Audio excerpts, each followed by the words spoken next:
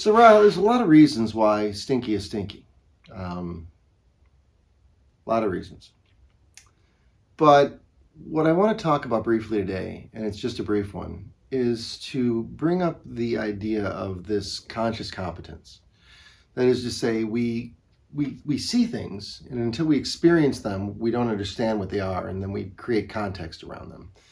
And that's why it's important to understand this concept of unconsciously incompetent, consciously incompetent, consciously competent, and unconsciously competent. It's important to understand those because from here forward is about me becoming conscious of what was going on around us.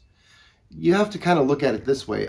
I was standing in a hotel as a financial services wholesaler on 9/11, and my view of the world and the markets at that time was largely peppered with the idea that the reason markets crashed was because 9/11.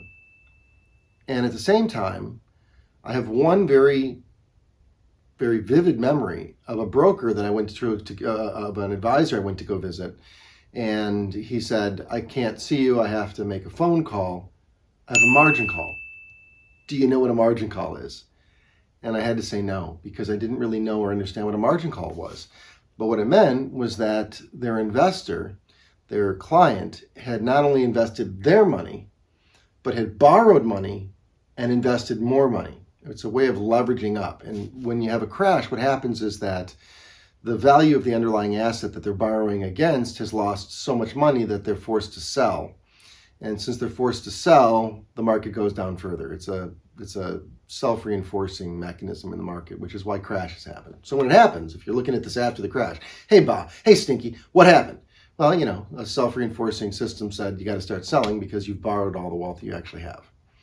And a bunch of that wealth isn't really wealth. It's just borrowed money, and that money only exists if it's in circulation, and it's about to not be. So I was stunned much later in life when I looked back and I said, "Geez, Bob, how Stinky, how do you come across these experiences?" And the answer is you were just in the right place at the right time to learn something. And that was one of the most interesting stories that would come and play much later. And so I want to just kind of close out with the simple idea that becoming consciously incompetent is to simply wake up and say, hey, there's something here I don't understand. And how you respond to that, how you react to that information now will pepper the way that you deal with all future similar situations.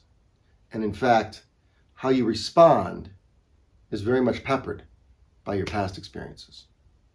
I hope you're having a great summer, and peace.